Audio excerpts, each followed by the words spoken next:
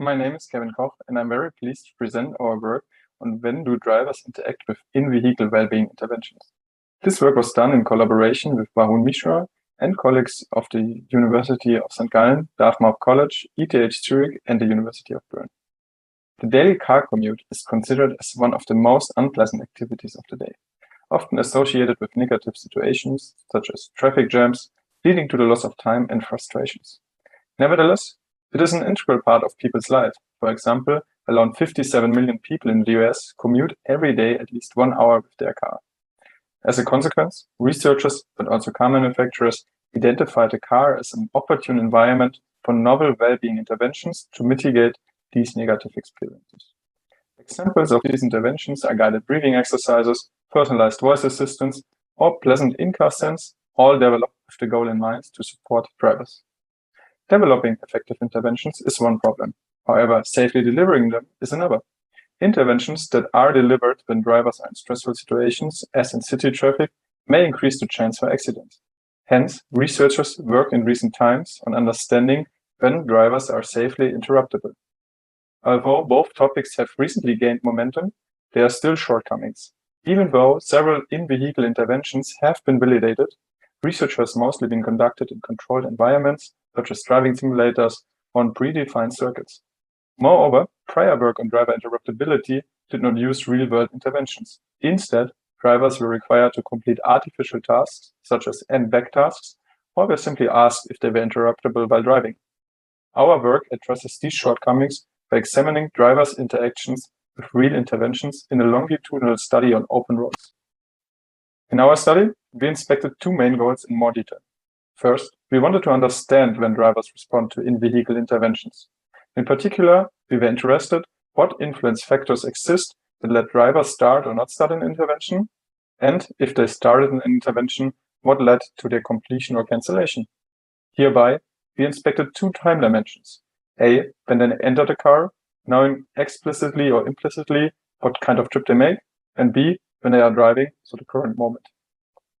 Second, as the delivery and conductance of interventions may cause distractions, we wanted to understand whether in-vehicle interventions influence the driving behavior. To inspect our research goals, we developed and retrofitted an intervention system for cars and used two in-vehicle interventions that proved as effective in our prior work. The first intervention was a mindfulness exercise that was especially designed for driving.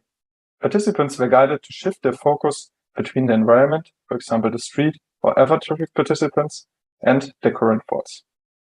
The second intervention was a personalized music experience. Participants were asked to create a playlist of minimum 10 songs, however, with a certain twist. Each song should be selected based on a positive memory from their life. The idea was that by listening to the song, they could relive this positive moment. The interventions were delivered by a smartphone that was mounted in the interior and connected to the car infotainment. Furthermore, the system collected several driving behavior-related sensors from the car, such as vehicle speed, steering behavior, pedal usage, or GPS locations. During the study, we equipped 10 cars with our system and handed these cars to 10 participants that they then used for their daily drives. In total, we collected 1,009 trips during a period of 2 months. As the aggregated map view of all trips shows, the dataset includes daily commuter trips, but also trips made during leisure time. Moreover, 600 interventions were during this time delivered, of which 402 were started and 285 completed. In our analysis, we derived features from our collected dataset to understand the two prior mentioned research goals. On the trip level, we calculated, for example, the trip's average speed, whether occupants were in the car, or the ratio of used road types throughout the trip. On the moment analysis, we sampled short time windows of 15 seconds that describe the current situation as the current speed, steering wheel usage, or the current street type. Further, we found confirmation of our findings in interviews with the participants. When we look at the response behavior, we identified that participants are more likely to conduct interventions on longer drives without other passengers on board and while being on a commute trip. On the moment level, interventions were more likely in situations with little need for change in driving behavior, in particular on highways or other major roads.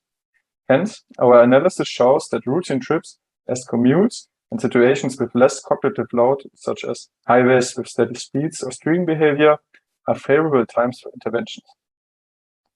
Moreover, we inspected the impact on driving and thus the safety implications of the interventions.